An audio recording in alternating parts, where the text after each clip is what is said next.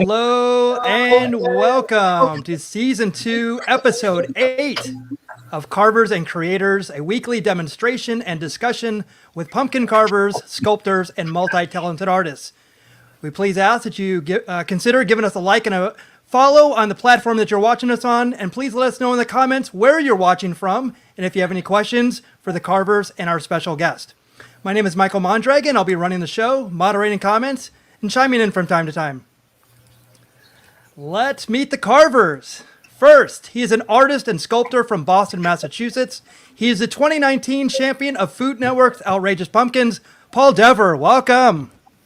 Paulie. Hey, Yeah. Happy Thursday, everybody. Here we go. Happy Thursday to you. Next, he's a multimedia sculpture artist from Tucson, Arizona, and a finalist on Halloween Wars 2019 on the Food Network, Matt Harper. Hello. Maddie. Yeah. Our guest tonight is a props and special effects artist, professional pumpkin carver. She is known for her numerous Food Network appearances, and if that wasn't enough, she is a Guinness World Record holder. Please welcome Brandy Davis. Oh yeah. Welcome, Brandy. Hi, Brandy. Mickey, we need a bigger crowd noise. Put that in. We do, and that is coming. That is coming. So a little foreshadowing. That is a big applause and maybe an applause break. Maybe some. Yeah. So that's all coming. I kind So, of like my headphones.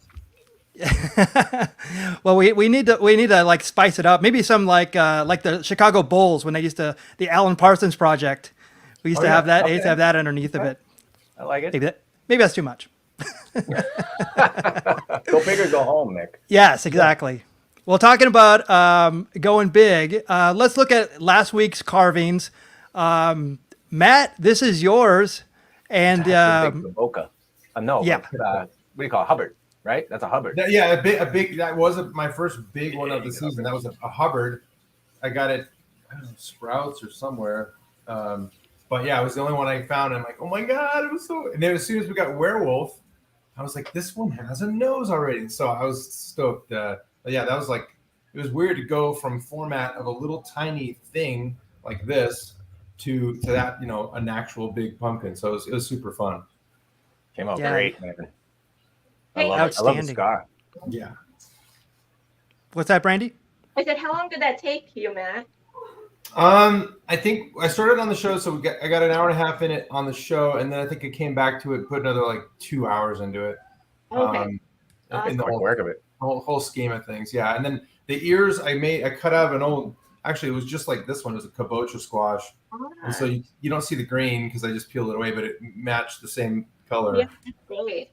Yeah. The skin, the skin, the meat, or whatever you want to call it, that's pretty similar, huh? They look great. I thought it came off the back of that. Yeah, I know. I got lucky because I was going to carve out of the back, but stupid me. I wanted to do like kind of a. You ever done where you show the back and it looks like completely normal? Like you look at it, and it just looks like that, and you turn around and it looks, cool. So Yeah, I did that with the zombie one there when I carved it upright. Yeah, and I was thinking of doing something like that because it if you don't know that's food produce, sometimes you're like, what is that, clay? Did you? Yeah, right. So it's like anyway. That was my thought. That's why I didn't want to cut out of the back. And then anyway, it all worked out. But I was, the hard part for me on this one was the prompt was grizzled, right? He had to be an old. So I wanted to make him look like, what are you, exhausted and That's the hair, man. You have a thing. You have such a way to make the hair flow. I'm jealous of it. I can't do it. Oh, stop it! Wait till you see this hair. Yeah. That's different. Yeah, come on. It's just different. Well, Matt, you did outstanding. You guys get better every week, and that's saying He does. something. Well, and here's Paul's from last week. Now this See what I mean? unbelievable. I Paul. love how you took the Wolfman path on this. But I wanted to go Eddie Munstery. That's what I was thinking, and then halfway through, I'm like, he looks nothing like Eddie Munster. Oh no, I think so. I think it does. it looks like the classic werewolf. He's transforming back into a person or away from a person, and he's just like he's like, oh god, like here we go again. It's so, and I don't know what you did to make it that fur, but that's ridiculous, Paul. Brandy, you had a question? Yeah, no, I was just wondering what exactly was the theme? I get the werewolf, but what was the other word? Grizzled, and I like Matt just thought of like a grumpy old man, like just come on. Yeah.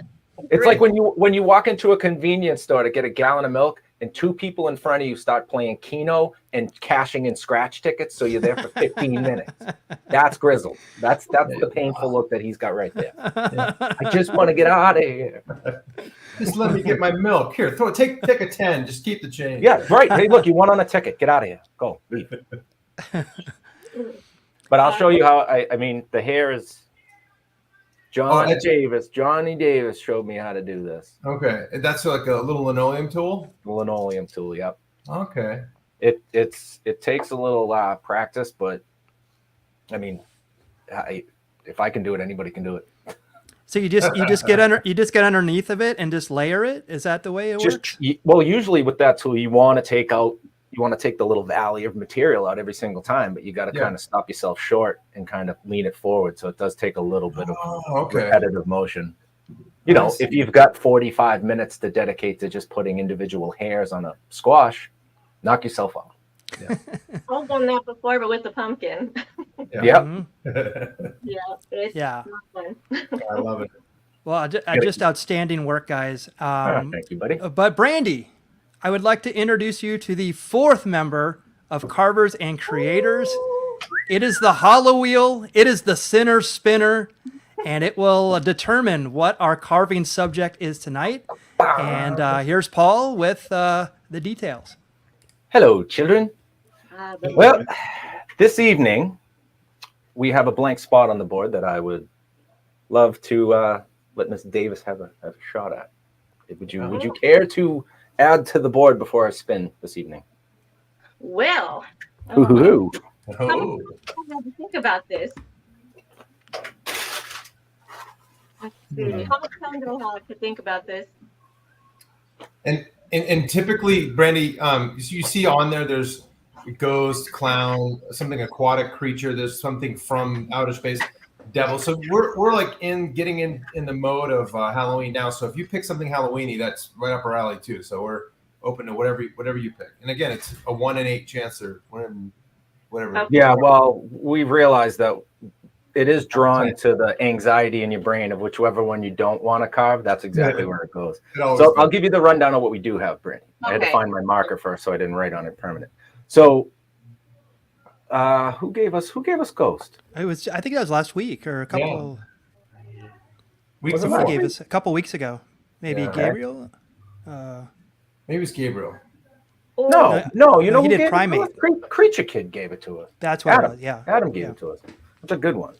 So we got Ghost, Clown, Zombie, Aquatic, Classic Monster, which encompasses quite a bit, Guest Choice, From Outer Space, Primate, and Devil. And for our second spin, the emotion will be sulking, hysterical, suspicious, irritated, drunk, grizzled, perplexed, euphoric, charismatic, or repulsive.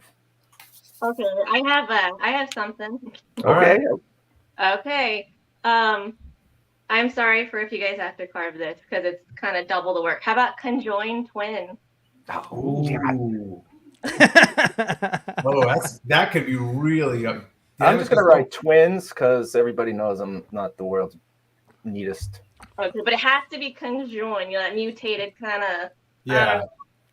All right, I'll write conjoined. They share a face. You know, there is no chance in hell that it's not coming out on this. I would bet my house on it. It is definitely coming out. And you know how? You know what? And you know what? I'm just gonna, because I think it's because I always put it at the top. I'm gonna try something different. Yeah. Not that I don't want to do it. Backfire on you now. Yeah. That's harder for the wheel to go there, but it will. From outer space. Ooh. Okay. Ooh, we live to carve another day. Yeah. Okay, here we go. If it's grizzled, we're spinning again. We can't have grizzles from outer space twice. Okay. Perplexed. Oh. ... From outer space. Wow. All right, I gotta write that down. Perplexing. Very perplexing. Yeah. Wow. Okay. Okay. Wow, Well, that's definitely while creative. we think of what we're going to do. Oh, hey, everybody, look at me. I got big. I'm the There you big go. guy on the screen. I'm the big guy on the screen. Hey, big guy. Hey. Hey, what's up, big guy? All right, so if you're carving with us or creating with us, we're going to give you 5 minutes to get your tools together, get anything you need to get. We're going to go around the horn and see what everybody's carving oil is tonight.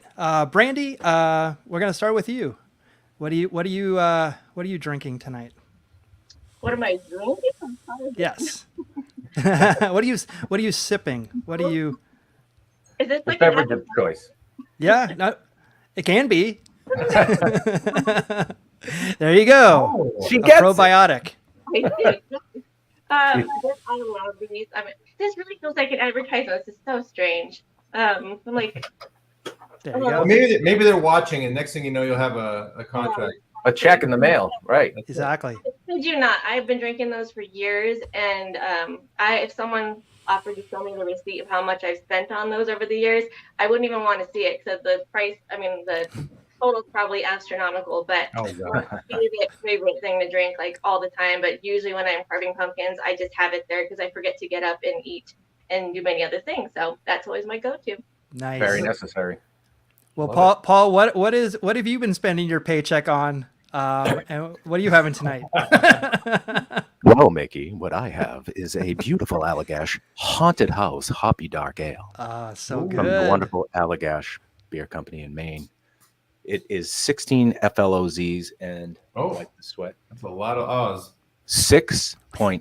6.66 IBU. Ooh, Oh, Alcohol by volume, whatever the hell that is. That's what number I'm the drinking. beast. Okay. I I didn't did know. like that it was 666.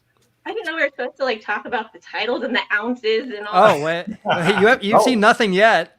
Oh, Matt is the maestro when it comes to explaining beers. It's amazing. Oh. I gotta see this. On that note, Oh, great. Thanks, Paul. I don't know. This is a can of beer. I think it's like orange. Yeah, Oh, wait, yeah. Okay. super. I Well, have Papago Orange Blossom beer, and I know that real men don't drink their fruit in beer form, but this looked pretty good, and I like the orange color because pumpkins are orange, that's right. right? And that's from Huss Brewing in Chandler. Of course. Yes. There you go. Boom. I had that when I was out there, and it Yes. was really good. Yeah, It's I have like that. like a Hefeweizen or something, kind of like a Belgian It's a beer. light wheat beer with hints. A wheat of beer, yeah, like a Belgian. Yeah. Yeah, really good. Yep. Mickey, what you drinking? For those Radiohead fans out there, I have the Paranoid Android. Wow. It is a beer from Paperback Brewing. It always has amazing artwork. I actually got to go here on Sunday. It's in Glendale, which is just it's probably west LA, yeah, northwest LA. But yeah, 7.0 ABV and 1 pint Whoa. for you with the metric Those system. different measurements. I'm starting to lose. I got to get my ruler out. Abacus. So yeah, it's an awesome West Coast IPA. So cheers to our creations tonight. Clink, Salud. clink. Oh, over here. Yes. Arrest this man. He's okay. Yeah, Brandy. I think the reason we have this alcohol interlude is because Paul and I, when we first met each other and went online and did all this, we happened to be a few, sheets to the wind. Is it? Or is that What? we were both talking and carving and drinking whiskey, I think, the first time. So then when we came back, we just had to have a little carving oil, quote unquote, each time. So that's You gotta loosen up, Brandy. You know what I mean? You gotta get. creative juices, right? That was it. No, Yeah. Brandy. But There it is. That'll work. Yeah, and then I'm guilty of enforcing the craft beer rule. Craft beer We have rule. to have a craft beer on the show. One of my favorite rules on the show, actually. Thank you. So Brandy, okay, so we mentioned at the top that you are a Guinness World Record holder. So yeah. Look at that. yeah, Hey. yes. So tell us more about this. I mean, yeah, look at that. Oh, there it is. And you, I think you were saying that it's finally in the book. You've been it since 2018, but now it's finally in the book. Yeah, no, so yeah, it's weird. I finally found the book last year. When we did it in 2018, I was so excited. My kids had a book fair at their school, and they had like I think it was the 2018 or 2019. I'm sorry, I forgot what year it was. But anyway, I was there expecting like everything to be in there. So I go on, I'm all excited going through the book, and I turn to it, and I'm super disappointed. So I'm like, "Where's my world record?" And so it turns out though that it was released last year, and I was going shopping, I think at Costco, and I'm like, hey, let me just see. And when I turned to it, I texted Dean, who was the other carver I worked with on that, plus Mike Brown, and oh my gosh, I was so excited. Just like, we're in the book, it's official. So it was really awesome. Yeah. So like, how did this all come about? Was it for a competition or was it? No. No. Actually, that woman there in the blue Rita, she contacted Mike Brown and asked if he had a team or anybody be interested in carving or attempting the Guinness World Record, because they wanted to just have something new and fun at their event, which was the Elk Grove Giant Pumpkin Festival. They have it every year in Elk Grove, California, and it is huge. Like, I mean, people bring in these giant pumpkins from all over the U.S. Like, people were driving them in from Missouri, and like I was shocked because I think their grand prize, I mean, it's like, I don't quote me on this, you have to go on their website and check, but it was over like 25,000 or something. Holy moly. Wow. Maybe even more. And I learned a lot about those giant pumpkins that year. But yeah, so when Mike contacted me and he said, hey, would you be interested in this? And he's the one at the top there in that picture. And I was like, yeah, let's give this a go. And so I was super excited about I mean, but at the same time, it's exciting, but it's a little scary because in the back of my mind, the back of all of our minds, it's like, oh my gosh, what if we can't pull this off? And we're live carving in front of, thousands of people. And so luckily, though, that was a 24-hour carve. We got 2 hours of sleep. We decided we needed something. So we went back to the hotel, got 2 hours of sleep, came back, finished it up. And then we didn't know we had the world record until I think it was about a month later, it was official. Now, you should know, though, so that was, again, 2018, we had the record for a few years. Now, from what I understand, I think last year someone else has a new world record for it. And I don't know his name, but he carved something. I think it was like I don't remember. I have to go look at it. But so now, new challenge, because we're going to do it again. Oh, wow. Wow, that's great. So, and this guy did it solo? Yeah, but his was like it was interesting. And that was the other thing too. So when we originally planned this, we planned this design for this whole scene. It was like, and I'll get into that in just a second. But when we planned this design, we had no clue what the shape of this pumpkin was going to be, because the agreement in the contract was that we would use either the first place or second place pumpkin, depending upon. Oddly enough, so this wasn't even the heaviest pumpkin that was there. So our pumpkin was 2,077 pounds. And wow. The winner, though, was another pumpkin, but that grower did not want to give up that pumpkin. He was like, nope. He wanted to take it, show it off, which is totally fine. We understood. But still, the pumpkin that we carved was qualified as far as weight for the world record. But once we got there and we saw the pumpkin, we were relieved to know that the design we'd originally chosen was going to fit, because some of the pumpkins over there are totally round. They're like a sphere, and others are just like super flat. You never know. So this one happened to work really well with it. So we got really lucky there because we had no backup plan B whatsoever. So the design you have right there that you drew up and stuff was going to fit on a pumpkin one way or the other, and it just you got the perfect shape to make it work, is what you're saying. Because you were going to do the same design no matter what pumpkin you got, huh? In theory, because if we had an actual, some of the pumpkins are, like I said, were spheres, I really don't think that design would have worked. And so there was a small moment of panic. I think maybe the first day, I think we were carving like at 10 in the morning on the first day. And there was something, I think because we didn't know which pumpkin that we were going to have. And I started talking to Mike. And I was like, Mike, we might need to have a plan B, because if this doesn't work out, if we get a pumpkin, we were going to examining all the like potential winners and before they weighed them all. And we go and walk around, and I'm starting to have an internal panic. And I kind of asked Mike, I'm having an internal panic. Dean's just like, oh, it'll be fine. And I'm like, great. Okay. So I'm like coming up with another idea on the fly. And so me and Mike are kind of like talking about it, and Dean is freaking out because he's like, you can't change it all at the last minute. I go, no, it's just in case. There's a lot of pressure when all that stuff's going on, but it all turned out really well. So we're super happy with it. But honestly, I have no clue what we would have done if it would have been a sphere, because I really think we would have just changed it and done something else. Yeah. I mean, the shape almost looks like you could turn it up and it would be that perfect tall pumpkin that you're looking for anyway to do a face on like that. Was it difficult to carve on its side like that? I'd imagine. Did you turn your neck the entire time?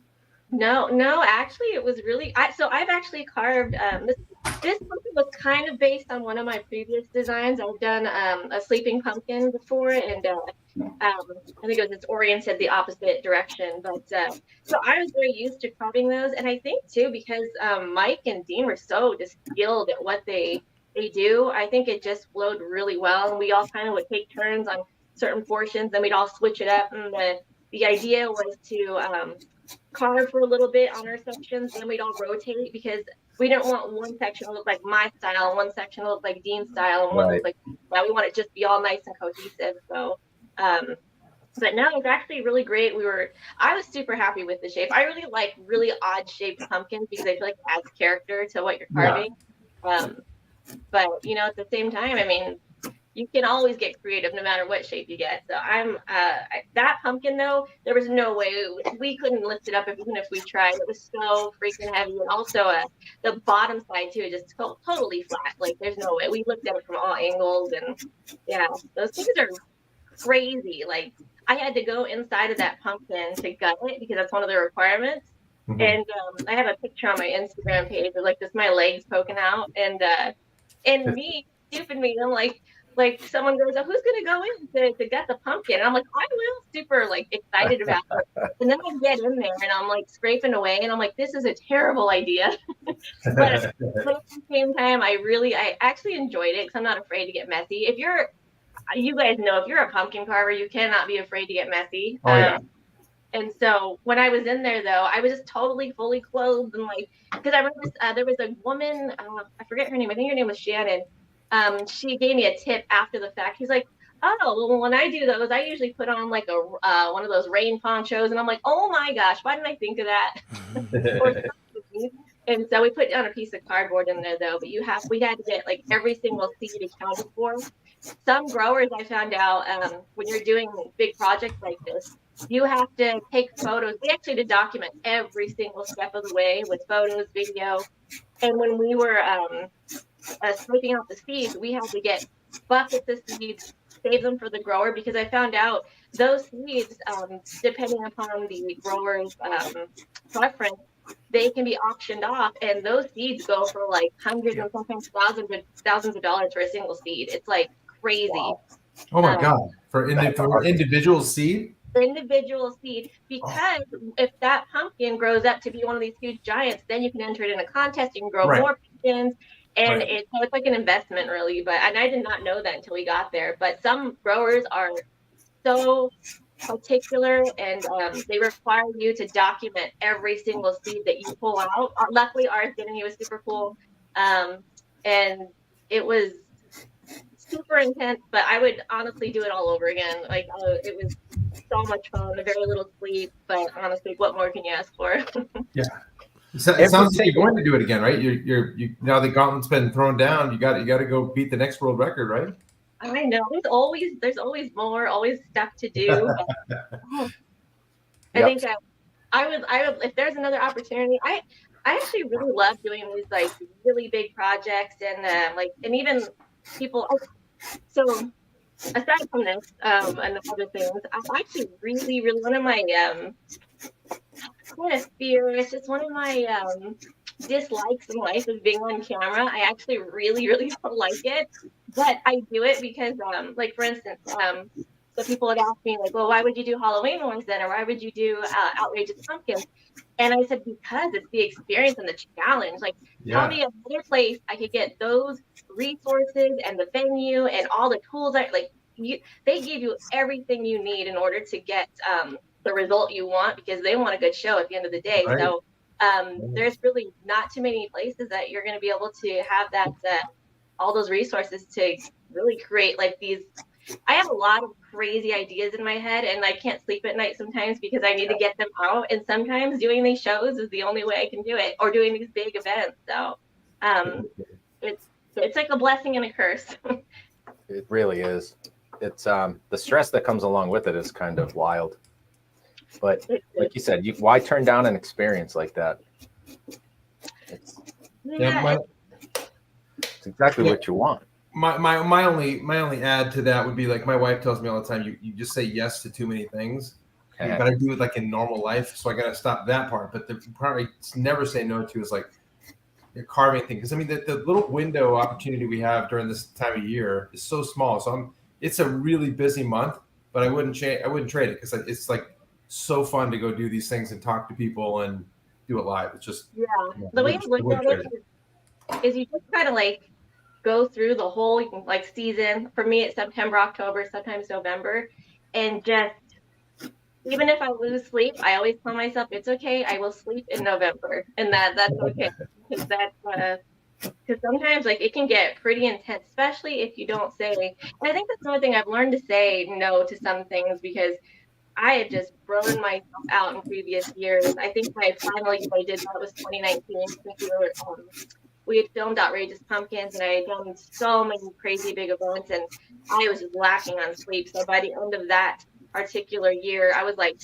I don't want to look at pumpkins for I don't know how long, unless it's in pie form. And even then, I don't know. I'm just like, I was so sick of yeah, that year, didn't you? Because I know you filmed Outrageous Pumpkins that year, but then you carved with Ray down in Carefree that year. You did a million things, if I remember. You were always on a plane somewhere. I remember your Instagram. You were just kind of I was jet setting.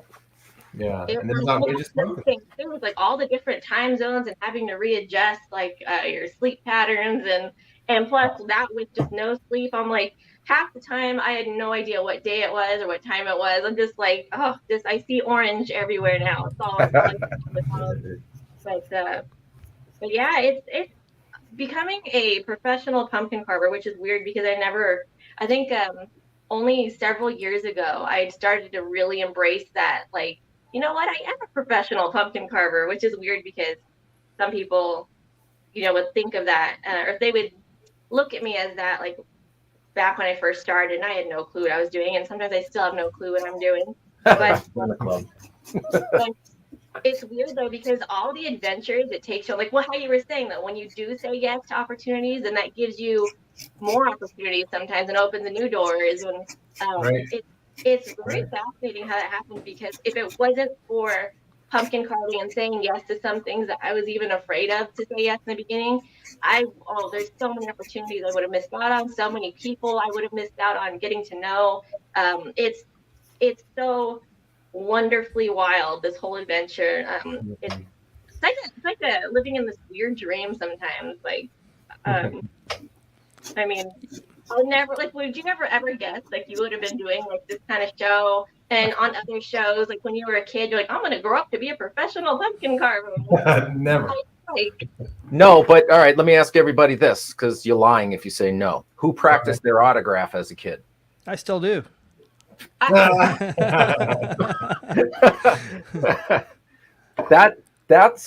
That's you wanting to be able to do something. Yeah, it's true. And obviously me and Matt have hit the big time. Yeah, big time.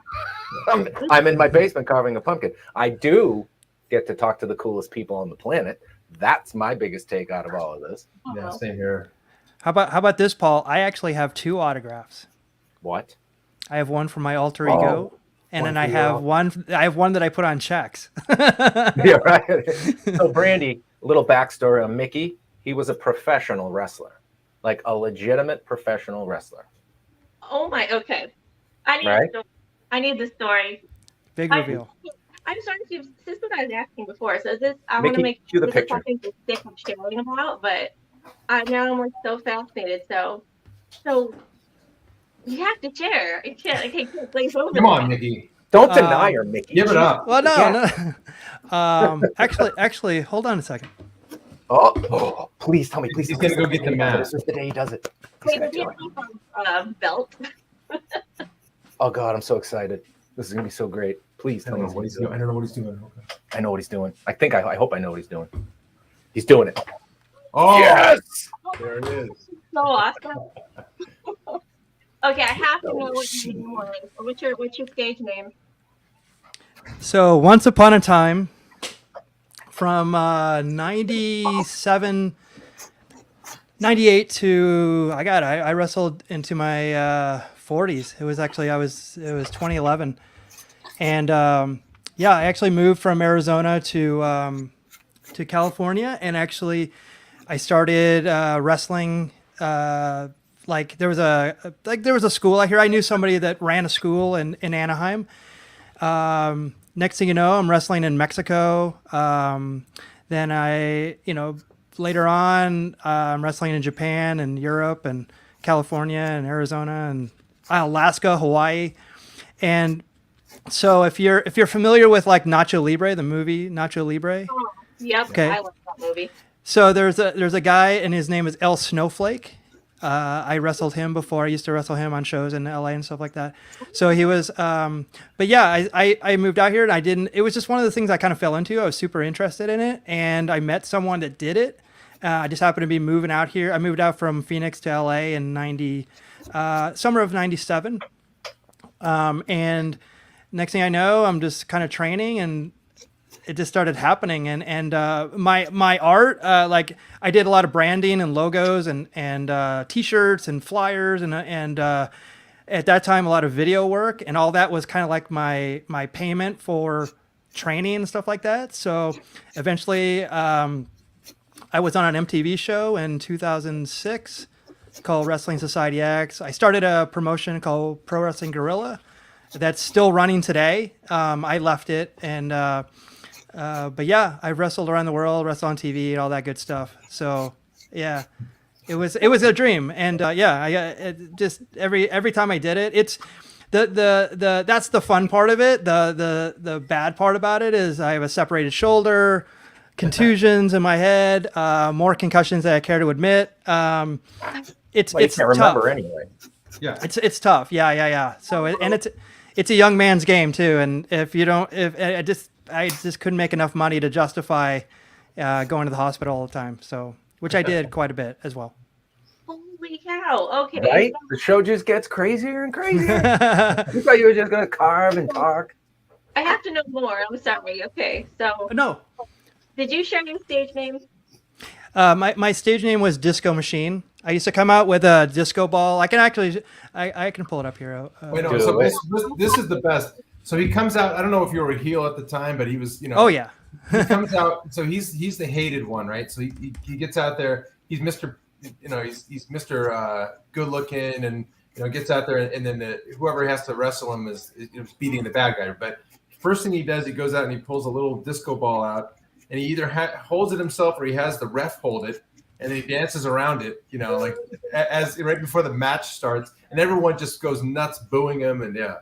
Oh my gosh, it's so amazing. I love it. I love it. Yeah, there. I saw a picture with you in the disco ball. Yeah.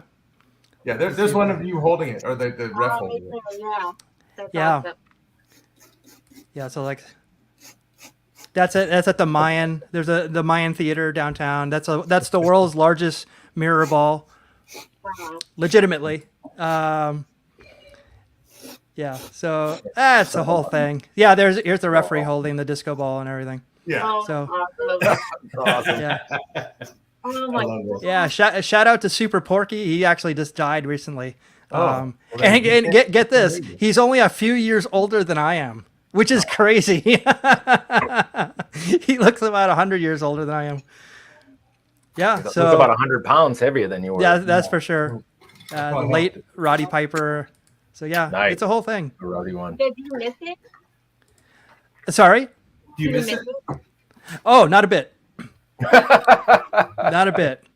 And the funny thing about it is it's one of those things where it was definitely one of those things that was a passion of mine. In fact, like for instance, I used all my art in my stuff. Like I designed all my whole costume and everything, and I used to design other people's costumes as well and their masks and stuff. And so like I was using my real talent to do something that was like extraordinary. I never would have, like you were talking about it before, your art and your passions take you places you never thought you would do. You were just talking about it, like you can't imagine like a professional pumpkin carver, like right, like no one would have. But it's like I never would have thought that I would have gotten paid to do professional wrestling. But then I thought about it. It's like my currency was my talent, my artistic talent. Like I did everything artistic. I used to do the ring banners. I used to do all the signage. I used to do the website. You were just talking about you just had a website that you just did. I develop websites. It's what I do professionally now. I do UI UX now. So all my passion, all my artistic endeavors, like led me to a life I never thought I would ever led. Exactly. That's awesome. Oh Yeah. my gosh. Yeah. So I will say it's so interesting though, because this group here is good testimony to, you never know, like walking down the street, just passing strangers, like what kind of lives they're living behind like the normal external appearances. They're just like, gosh, it makes me want to talk to strangers more. yeah, well, I mean, that it's I always say it's my superhero identity. Like no, I don't go out there and tell people that I do this, but literally We do it for you, Mickey. Yes, we tell everybody. Well, yeah. Well, you led me down the path when he said like, because I had to sign my name, Disco Machine, and I had a certain way I used to do it. So the O was a disco ball, and the eyes had stars and stuff like that. So I had a whole thing the way I signed it. So So cool. so I actually have two signatures. So funny. cool. You're talking about like alter egos. I don't know why I was thinking earlier before we jumped on here. I was like, I wonder if it's going to come up during this. And for some reason, I was thinking of alter egos, but I think it's because for a long time I convinced myself that for the rest of the year I'd play like this normal person, where that's what I thought I was, this normal person. And during like September, October, this really fun, like outgoing, because I am the biggest introvert ever. Like I love being alone. I'm just like totally in my zone, and I can be around people, but I'm just like very different. And then when it comes to this time of year, I am like the biggest extrovert, and I love being around people, and I love just doing all these crazy things, and taking on these challenges, and I'll be on TV, and it's wonderful. But I was convinced myself for a long time that this first September, October, that was my alter ego. And then I realized just recently, I'm like, nope, this is the person that I actually am. The normal person is like my facade that I put on like all the time, because that is not me. But I'm trying to incorporate more of this type of person into my actual life, because I feel like the real me comes out during these wonderful fall months. I'm gonna take some pressure off of you. It's okay to be both, because I'm both. I'm perfectly comfortable, like being in front of, like I said, I had to be half naked in front of 5,000 people doing wrestling, right? I wrestle with my shirt off, and I was like had to dance around and be a fool. But I'm perfectly willing to spend 24 hours hunkered down in my house, or a week or 2 years because of COVID. Right, what you're at now, right? Yeah. So it's okay to be both. It's actually kind of a talent to be both, and I think we're all that, because we do need that creative time. Like you just go, like I need to think I need to like work out these problems in my head. So it's something that you should definitely embrace both sides of, that you can do both. Oh, I do. I've learned to love them. Now I'm just trying to integrate them. So I'm just like this same person all year. But I do agree, though, that sometimes like I do need my time to just shut out the world. And if I want to be super creative in that little box, then I can be. Or I mean, like I think the best thing though is just learning, like when it comes to being an artist or a creative person of any kind, just like that there's really no limits. Like the only ones that are there are the ones you place on yourself. So Yeah. I'm learning to just always expand my boundaries or what I think are my boundaries. So I think that's one of the beautiful things about being an artist. Really, it's phenomenal. Yeah. Yep, 100%. definitely. I So- find myself, I Go can't for it. sit still anyway. So my, if I'm not carving a pumpkin, I'm sitting down at my drums. If I don't want to play the drums, I don't want to carve a pumpkin, I'll pick up a guitar. And I'm a butcher at everything. But Wait, I have to be able to I have to do something constantly that require something that not everybody can do is kind of my thing. Or I'll stand and juggle, and I suck at that, but I'll do it. Yeah, I think it's I'm in the same boat, Paul, because I have to have I play the drums too, and I have to be doing something that's busy work. So like my kids will yell at me, they'll want to sit and watch a movie, and I'll do it. Anybody will watch a movie, but some people that can binge watch shows, I'm like, well, what am I doing? I'm not doing it. So I end up like mindlessly just getting on my phone and working on looking at something, or I'll carve. Or I'll do something in the background while the show's on because I'm in the same boat. I got to do. I even like do video games because I can't sit and watch TV. I have to be a part of it and actually make something happen. It's like part of my brain. It's creative stimulus. That I do the same thing. Like I said, I love baseball. So what do I do when I go to a baseball? I do my blog. So it's like I don't sit there and watch I don't watch a game. I'm actually creating a production at the thing. I can't do just very simple things. I have to make it very complex for myself to enjoy it for weird reason. Well, we just solved all the world's problems right there. Yeah. That it? All right. Yeah. All right. So There is you this go, where the credits? kid. Is this where the credits roll up? And Yeah, right. Thank you. Good night. yeah. So I'm gonna put this out there only because I wanted to get a head start on it. Brandy, you actually have some exciting news that we'd like to get the viewers of Carvers and Creators on. So if you'll just give, all right. So if you give me a second, I'm gonna pull this up. Get drum roll going. Yep. See, this is where I would have my sound effects. Good job.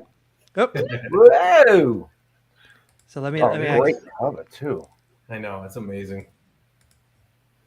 So, Brandy, would Is you like to? Is that a carving? Is that an illustration of your carving?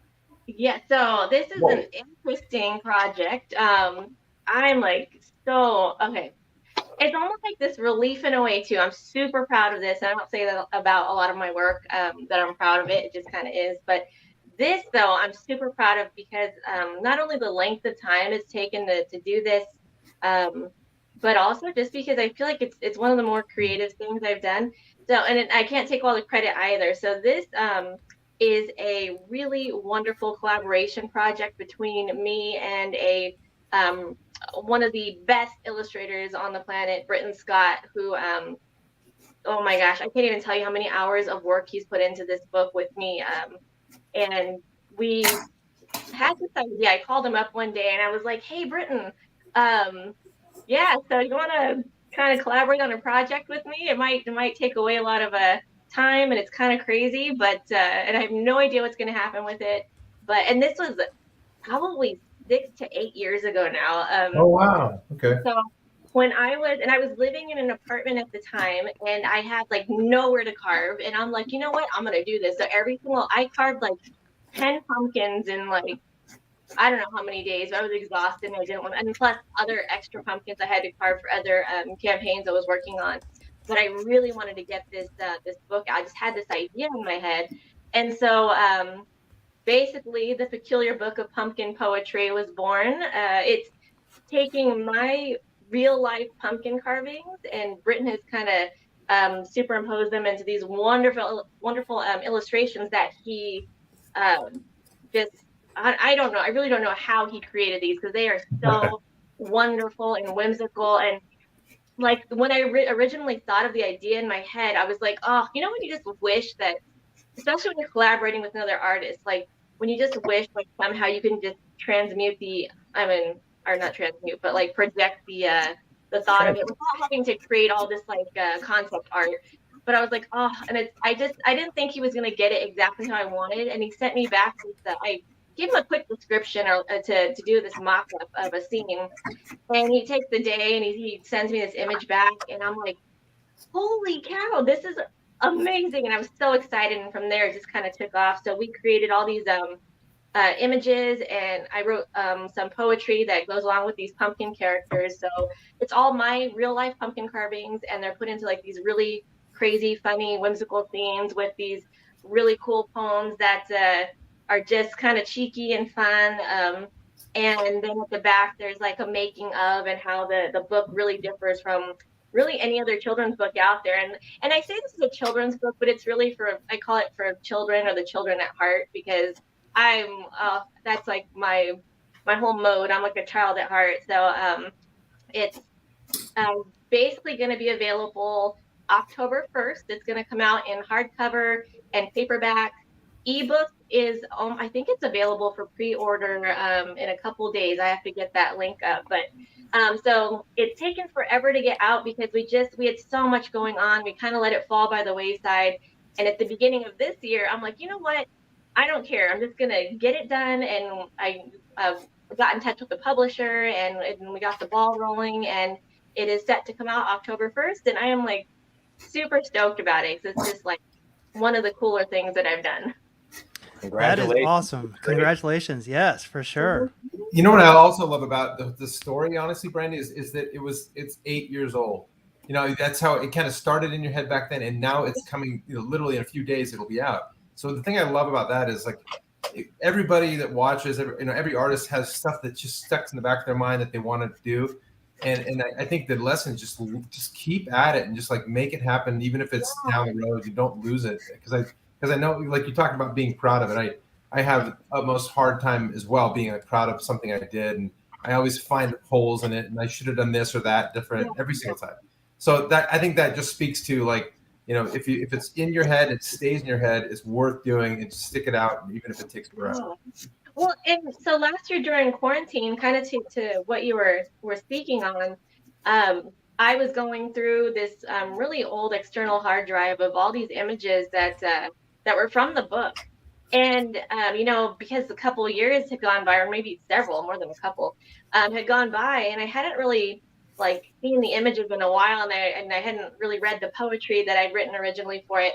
And as I started reading it, for me, it was a big, big thing, this moment last year, because most of the time, I don't know how you guys are with your old art, but for me, sometimes I look at my old art and like some of my old pieces, and I'm like, oh my gosh, what was I thinking? Or I'm like, I'm so critical of my old art.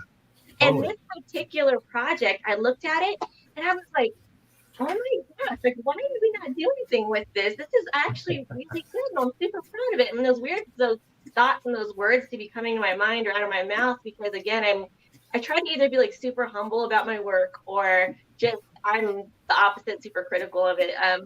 But when I saw it, I was like, you know what? I had this overwhelming urge. I was like, this has to at least be out there. I don't care if it doesn't sell. I don't care if it's not like this crazy. I just want the artwork to be out there. I just want it to be put into the world. And so that's why it's such a special project too for me. And then, like I said, that the artwork, I feel like I couldn't have come into contact and worked with a better illustrator. I'm just everything about this book was just perfect. I don't know. I mean, for me, I don't know about for everybody else who's going to read it, but for me, it's absolutely everything I envisioned, which is weird, but it's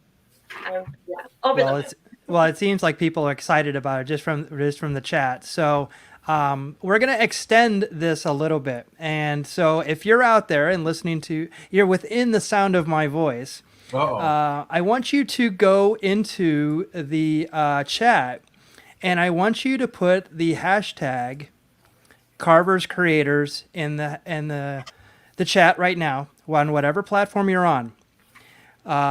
At the end of the show today, we're actually going to have a drawing, and we're going to give away one of the books when it comes out. Ooh. Yes, to the person who wins, and we'll actually have a drawing. We'll actually show it here. Mickey, So am please- I eligible? That's the question. Am I? You're not. You're gonna have to just buy one and support. All right. But one lucky fan will get the book when it comes out. So Look, just go. look, Mickey, zoom in on Brandy. Look at the.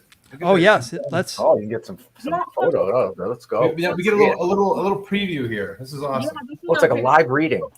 Well, let's not get carried away now. So actually, so this book is it's called The Author's Proof, I think. So they had to send this to me, and by some crazy miracle, I got it just before we started filming. So I'm like, Serendipity. And so across the front, like not for resale. So this particular copy is the paperback version, and it's meant to.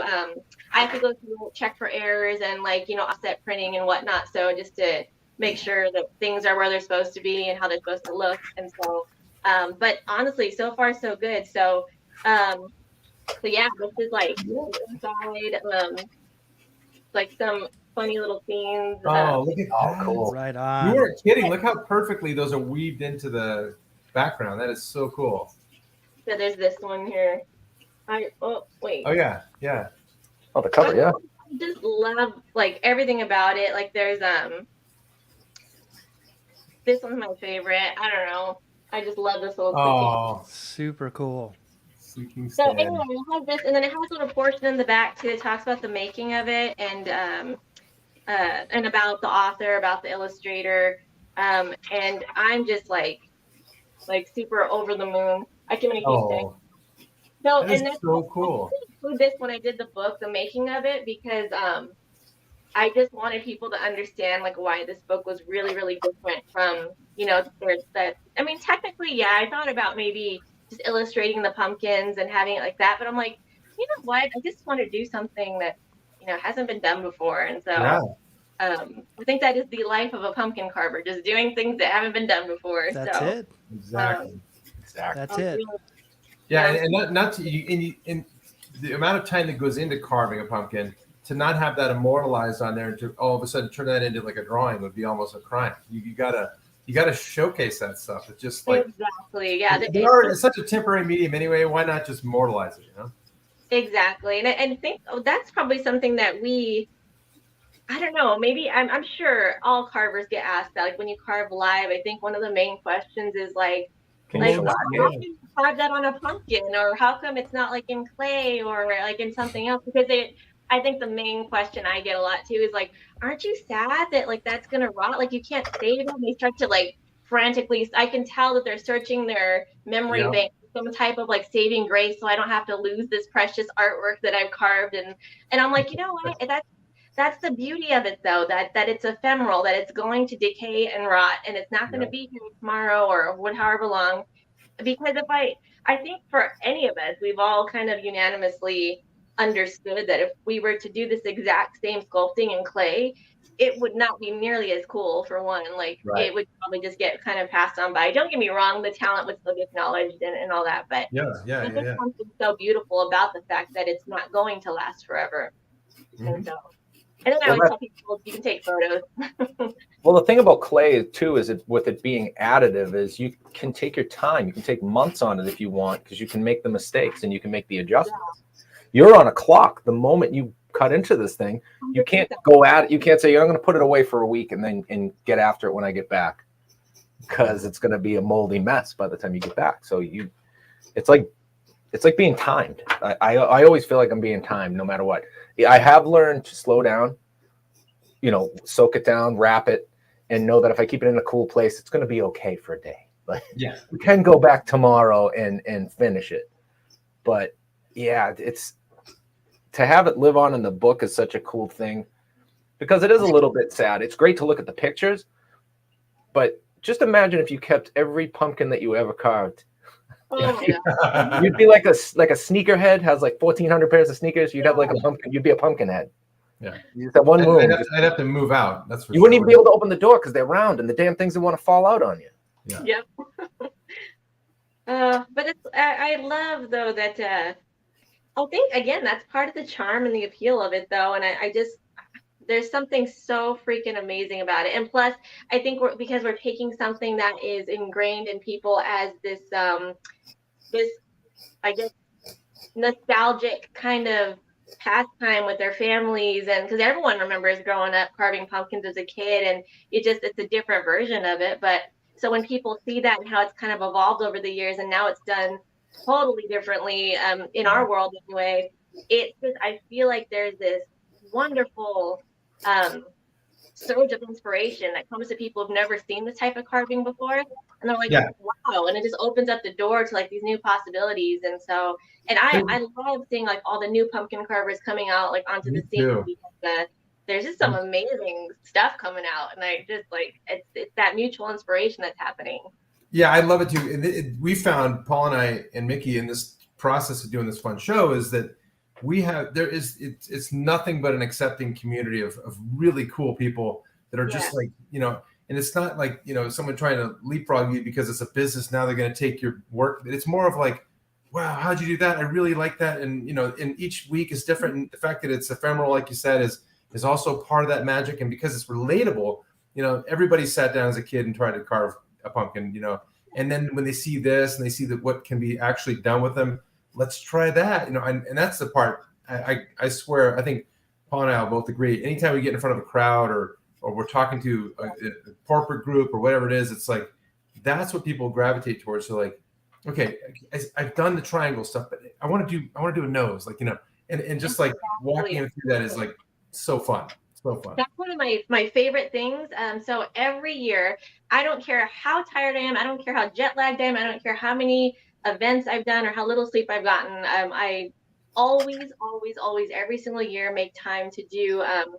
So at oh my gosh, my kids' school goes above and beyond for these kids, and I absolutely love it. So these are one of my kids is elementary school age, and they put on, you wouldn't think that it would matter to a child doing like a career day. So they have like a red ribbon week, and one of the days they invite all kinds of parents and different people from all over the city to show kids like what you can be when you grow up.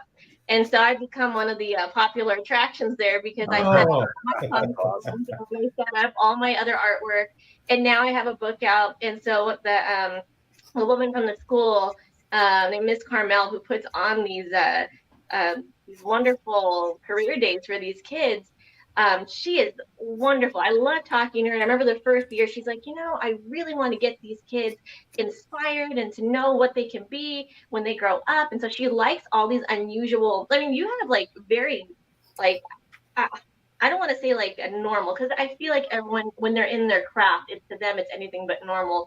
So I don't want to like downgrade or downplay anybody else's job. But you have like people who are like into, they're like bank tellers, you have chefs, you have like, she gets a wonderful firefighters, professionals. Yeah. And so the really cool thing though that I think I thrive off of this. This is like my burning flame, what keeps me motivated and keeps me inspired for the season, is seeing kids walk up, seeing what I do, and their jaws dropping and being like, oh my gosh, I had no idea that's a pumpkin. And that hits differently when it's from a kid versus an adult. Like an adult being like, oh, little pumpkin. Yeah. But from a kid, when they see that and they're like, oh my gosh, and they're like, I had no idea you can be a professional pumpkin carver. I'm like, heck yeah, you can be. And I love that person that can say that to these kids and show them like, yeah, you don't have to be a pumpkin carver. You can be whatever the heck you want to be. Because I can't tell you how many times when I was a kid, there were things I wanted to be, and people would say like, oh, like an artist they kind of got, but like there's other things I kind of thought I might want to be. And all it takes is someone you really respect and admire to tell you, like, granted, if you do respect and admire them, hopefully it's like more of a motivational person. But at the time, though, all it took is for someone to tell me, like, oh, but you probably won't succeed in that. Or you probably plant that little seed in the child's head that, like, oh, maybe I need to go down more of a normal, traditional route, not do something that really makes me happy or inspires others. And so when I go and do these, that is like my freaking highlight. I don't care, even like going on Halloween Wars and Outrageous Pumpkins, going to this little wonderful career-centered thing for these kids is just the highlight of my freaking year, because seeing these kids come through and their faces light up, it just like makes me light up. So anyway, Yeah, that's awesome. to your point, Matt, like just like really, I don't know, that's like my, yeah, I'm sure you can tell I'm just glowing when I talk about it, because it's like my favorite thing to see these kids. Yeah. So, And your point about having it coming out of the mouth of a kid versus an adult is like so spot on. Like anytime you like, and again, it's like I've done carvings where I'm at an event or something, and somebody will say, a kid will come up and they'll just do this, and just get on the table, and they'll just be like, and just in awe. And it's flattering in the back of my mind, but at the same time, just to have that, like, because they'll remember something, like. Remember that one time I went and saw that guy and he carved. I want to do that, or I want to be an artist. I want to do, I want to be whatever, right? So whatever it springboards into, I just love watching those little minds, just spinning, and that's the fun part to me too. So I was gonna say, no, you bring up a good thing, because so one time, like my dad took me to. It was actually like Firebird Raceway, if you remember where that is. It's over by. It used to be where Compton Terrace is, Matt, down in like South, not South Phoenix, but on the way to Tucson, basically. Yeah. So it was. They actually had like a racetrack. They had like these racing boats and stuff like that. It was just a racing facility. So we went there. My dad was interested in racing, but the thing that I was fascinated about was. The decals on the cars and stuff like that. Like they used to have all these like STP and Moog, different things, the different logos they had on the cars.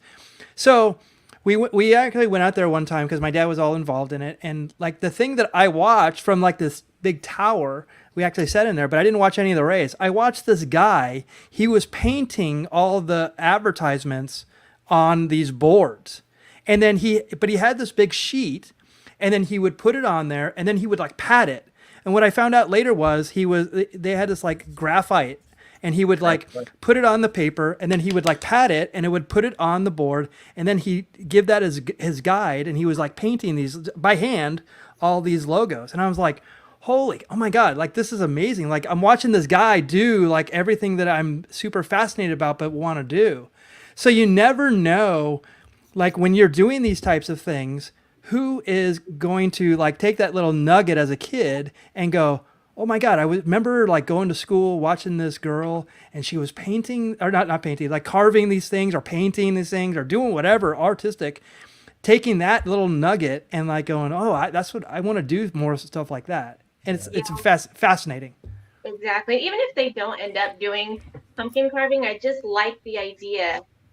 Or I guess I really live the idea that, like, follow your passion, like whatever that is. I mean, I don't care if it is carving pumpkins or whatever, but like I'm still all about not only like you don't necessarily have to go against the grain, but usually like society is more like, okay, go to school, go to college, get a job that's like 9 to 5, and I get it. I totally get that. And some people might thrive in that environment. I do not. And there's a lot of kids, a lot of people that do not thrive in those environments. They need, like how you guys are saying, like just you need that constant creative environment and the busy work and like the and I so agree with that. And some kids are like that. They're not made for like the, got to go to English and math. And like my total favorite subjects growing up, like, I mean, I think I slept in a lot of my classes, and I was there for, my sculpting and my, painting classes, art classes. Like I was so engaged, and I was so lucky to have some amazing teachers who actually like further fed that inspiration flame in me. But yeah, just to get kids like knowing you can be whatever you want to be. Like if that's what you want, you go for it, and you just keep at it. Like, and sometimes maybe what you originally thought you liked, maybe it will open up a door for another opportunity that into something you never even knew about that you'll like even more. So right.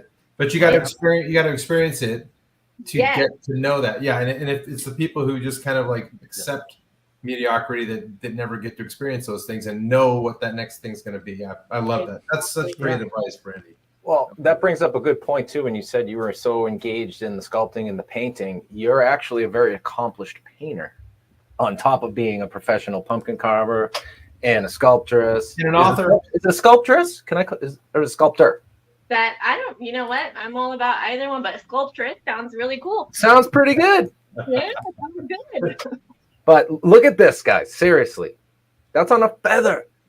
Yeah. I couldn't do that with a complete instructional kit in front of me. And Brandy, I'm pushing my hand around. I'm so enamored by this, Brandy. Like, what got you started in painting a feather? What was the first feather you painted? Don't show it to us, but tell us about it. Yeah, no worries. So a little bit of backstory on this.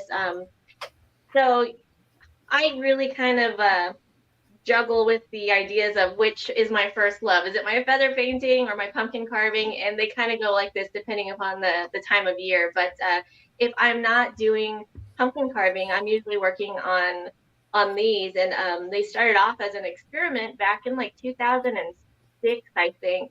And I was just like, I wasn't like I think what is like same thing that we were talking about. When I'm not doing anything creative, I get really bored. I need to do something creative. Yeah.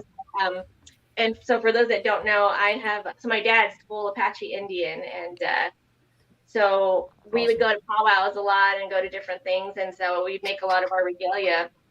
And I had a lot of feathers laying around, and I don't remember. I just remember looking at it one day, and at a feather, and just wondering. I was kind of like playing around with it, feeling the sturdiness of it, and just like, and I wanted to originally just paint like a design on the quill or something. I couldn't, and then I started kind of extending it out and out and out, and then I was thinking like, I wonder if like portraits would work on this. And so my first one was kind of it was a learning curve because feathers are extremely delicate. Like I painted feathers before where they were like almost done, and I can tell like the part of the feather was starting to split right across the face, and I'm like, no.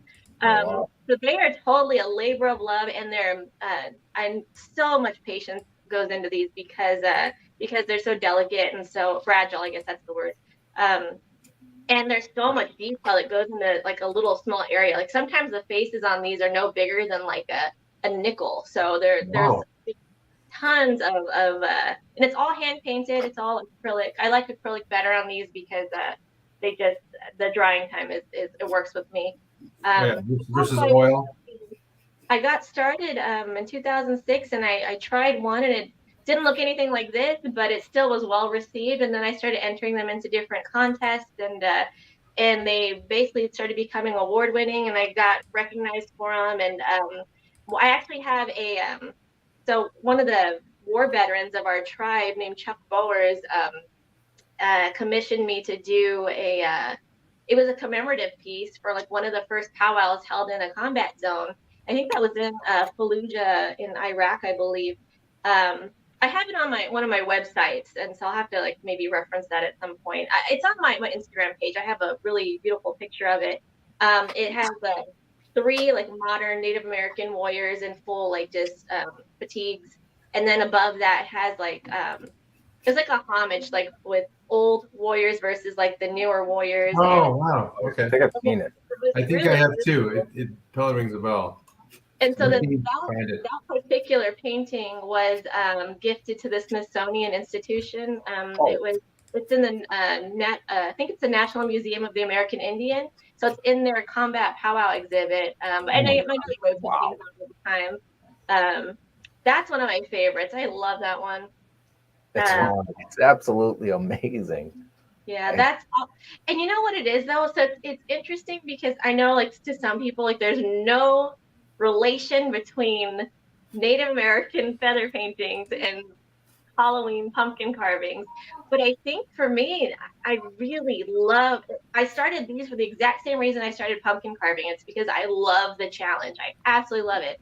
Because I could do these same paintings on a canvas and they'd be cool, but they wouldn't be as cool. And it's not really the cool factor I'm after. It's the fact that it forces me to sit and really focus for that amount of time, not only because of the detail in the small space, but because the feathers are delicate and there's like so many odd curves and crevices, and it's just it forces my brain to like kind of rethink and to, like I said, that focus is there, and I find it like very meditative in a way. But also too, there's so much connection for me with these particular pieces because sure. of that they're, they're pay homage to my Native American ancestry and whatnot. But I will never stop doing these, and I actually want to get into them more. But like I said, I'm picking more. This year has been a crazy. A lot to do with this book. So once that's kind of settled down, I'm going to jump back into these. Well, you're actually in good company because Mark and Chris from Maniac Pumpkin Carvers, that's what they do. They do half painting, then they go on to pumpkin carving. So so that's how they split it out as well. So there you go. So it actually, there's two completely different disciplines, but they both, yep. But you know what I love about the thing I love about this one, and I keep staring at it. It's you're painting feathers on feathers. I mean, it's like it's right. And not only is it a beautiful face, and the look in his eye, and the jewelry on and everything is just amazing.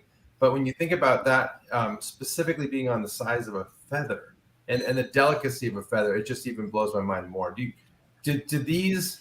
I mean, and you have them kind of. I'm seeing the red kind of. Is it mounted on that? I'm trying to think of how that is displayed.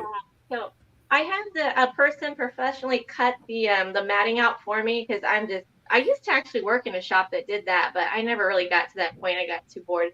But I just wanted to create the art. That was it. Yeah, exactly. Let the people do their mounting. Exactly. They can do their professional job. I'll do mine. Sure. So once they do that, I actually I have to personally mount them myself because I don't really trust anybody else to do it. And even then, I still sometimes will.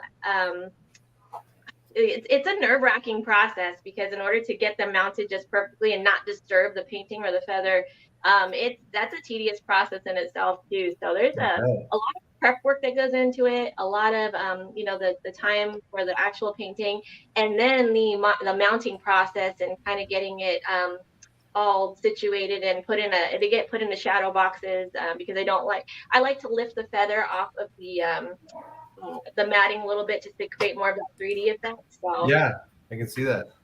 Yeah, so it's all, like I said, a labor of love. Everything's done very intentionally with these. I see that. Now, you also work. Sometimes you're at a special effects place that kind of is gore, and I mean, I'd say it is gore. You make some pretty gory stuff too, which is phenomenal. But at the same time, very Halloweenish.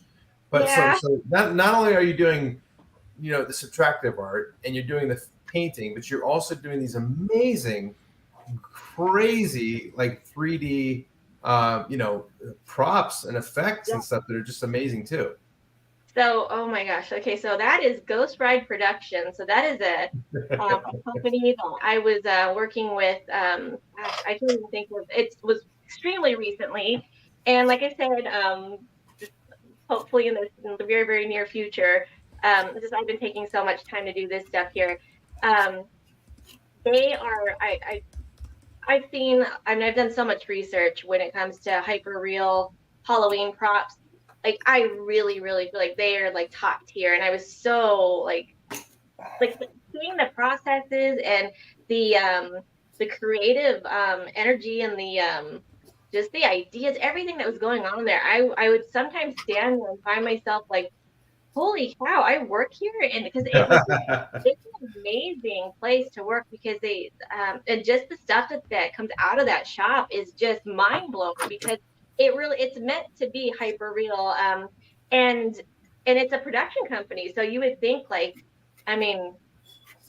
months are spent. Well, sometimes in some cases they can be months, but you have to get out because there's like a lot of there's a lot of orders, high demand in that shop. And I've streamlined this process, but even then, there's a lot of creative,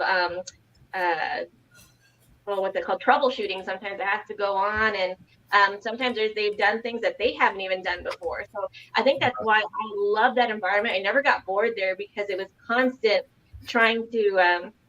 That's what it was. It's constant creation and constant trying to find new ways to do things and quicker ways to do things and more efficient ways to do things, and also how to make things look more realistic. So I was so this particular shop, they yeah, we did a lot of gore and a lot of just, some of it was family friendly, but it would get sent out to like different like popular theme parks all over the world. Wow. Some went into like a lot of haunted like those haunted maze, not mazes, but like the different haunts, I guess that's what you call Yeah. them. Haunted And track. Yeah. sometimes they'd send movie props out and all kinds of things. So I was their head painter for quite some time, and it was intense, but it was really, I mean, like that to me was I mean, it still is like my dream job. It's very much like I think I'd always said, if I can just do Halloween and art year round, like I'd be so happy. And that's what that job is. It's just like it's crazy. But I will say, like, it's intense because you have to be on the ball and like constant, like I said, because things go wrong. I always said like that would make a really great reality show because things go wrong all the time there, and you have to be like on your toes to be able to like fix it really quickly. It's like a whole episode of Halloween Wars where things are falling down and people are just running around, and it gets crazy. So do you sculpted that as well? So I did some sculpting there, but on this particular one, no. So they have a lot of things that would just get molded and casted by the casting team, and then we would have to. I mean, there was teams for everything, and then it would basically be kicked on over to paint. I would do paint and fabrication. I could do a little bit of everything there, but there was mainly paint and fabrication. But paint was my main thing. So this particular one here, I painted, and it was. Some of it too, like things I'd never painted before, and in the beginning, I was like, I felt, and I hadn't used an airbrush very much, but I was really nervous about it because of the caliber of, because when things are supposed to look like hyper real, it's a little intimidating having to paint something like that.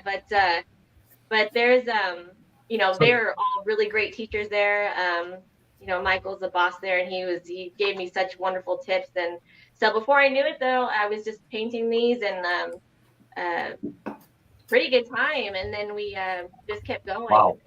So Paul, both of these, that one and this one, I think of the conjoined twin she tried to get us to do. Thanks, you know. Well, somehow she got into my brain because I am doing double eyeballs. Oh, look at that. She's also a mind reader, on top of being excellent at everything else. Brandy, I'm so fascinated by, you know, your painting ability. I mean, like your sculpting ability is second to none, but then to be able to paint as good as this is just mind-boggling too. Did you go to school for this, or how did you can't just, you know, pick it up and run with it unless you kind of have a good eye for it. Running joke. So in Ghost Ride, when we first started, Michael, our boss, would say, he'd go, yeah, I mean, there's a lot of people that pay so much money to go to special effects schools. And he knew quite a lot of them. He knew the owners of those places, not discrediting them at all, because there's some wonderful things to be learned. But he said, you can spend, you know, 3 or 4 years there, or you can learn the same amount of stuff in 2 months here. And he was absolutely right, because it's like a crash course, but also it's a learn as you go. So I had no clue how to mold, how to cast, I'd done some airbrushing, but I was very used to taking, like, you know, very sweet time. And like for instance, so this is something myself and another painter, Lila, worked on. It was a little collaboration. And again, this is minus the casting team and the fabrication and whatnot. But when we would sit there, and I mean, I would think about the stuff I used to paint and the sculpting, I would take my dear sweet time, and it would take me months to do something or get some kind of result that I wanted. And you didn't have months when you worked at, you know, Ghost Ride. It's production. Yeah, production. So you have hours, maybe in some cases a few days, and it was gone. You have to be out. So you had to learn to get good in a short amount of time, which was very intimidating in itself. But at the same time, because Michael was such a great teacher, it was a really, like, I almost say like that was my school. I went to the School of Ghost Ride Productions. Yeah. that's where I learned so much of my painting skill and the foaming and casting and even then, like I still like don't know everything. I'm actually want to go back to some stuff that I want to get molded, and so and even then, like there's always new processes they're doing, new methods, and so it's constantly evolving. So You bring up an interesting point when you say a production shop, you at the most have a couple of days. Mhm. Do you think that being in this world and carving pumpkins for so long trained you to be super fast and super efficient? So yes and no. It's actually kind of the opposite in some ways. I will say that's part of it, and that's one of the reasons he really he wanted to hire me in the first place was because, and that was one of the first questions he was looking at. Like so when I did that Joker pumpkin, that was the very first pumpkin that I'd ever airbrushed. And I had no clue what I was doing. I took all my pictures and my videos. So I was good. I was like, well, no matter what happens to it, even if I screw it up, it's okay. I have the good images. And so I stayed up and I airbrushed it, and I was actually super excited about it. And that was one of the images I used on my like little resume when I applied for Ghostwrite. And so when I went in for my interview, he goes, he's looking at it, he's kind of doing the intimidating, boss guy shtick. And Yeah. so he goes, yeah, so yeah, this is pretty good. He's like, so how long will this take you? And I was like, that probably took me like 9 hours, including painting. And he's like, huh, okay. And I could see just like staring at it. And I'm thinking, like, what is he thinking? Yeah. But anyway, long story short, in retrospect, I realized that's what he was doing. He was calculating in his mind how long it's going to take me to realistically, like, because obviously I have sculpting skill, and I started sculpting pieces for him. We had to do like new, different heads and facial expressions and whatnot, but they have to be done in a short amount of time, plus the painting, all that has to be done. It's so crazy, but at the same time, yeah. So I will say that did play a huge part in why I got the job. But then it was weird because being in Ghostwrite and having to do things even faster, it actually improved my skill with pumpkin carving and with painting. And I don't think I would have even gone on to another show like Outrageous Pumpkins, which I actually went in the middle of. I think I'd been at Ghostwrite for a year when we filmed Outrageous Pumpkins, and I don't think that I would have attempted that show because I think before I just was lacking that confidence and that skill to be like, I was like, I know I'm a good artist, but I don't know if I can do it that quickly and that efficiently and all these other things. But when I went that last time, I felt so, well, I don't want to say prepared. So I still had no clue what I was doing, but I felt way more prepared and confident in my skill than I ever had. And that's because I worked at Ghostwrite and I knew what I could do in a short amount of time. So I was like, I'm like, whatever happens, happens. I'm gonna have a great time. I don't care if I get eliminated first, but it was such an amazing experience, I think, because of that fact. So it kind of was like a win-win, hand in hand. They both kind of fed into each other in a way. You were phenomenal on the show. I was gonna say the show. You were so good on it. Yeah, amazing. Thank you. Everybody's trying to carve flirty, sexy pumpkins now. Everybody's trying to mimic the Brandy Davis pumpkin. I know, and so Paul and I I'll say this without any reservation. Paul and I are massive fans of yours and have been for a long time, and we follow you as long as we could have. And I think one of the things with seeing you on that show and seeing and now having spoken with a few of the people who were on that season, even Mark and Terry Harden, and it's just mind blowing that we get a chance to hang out with these people. But Ray.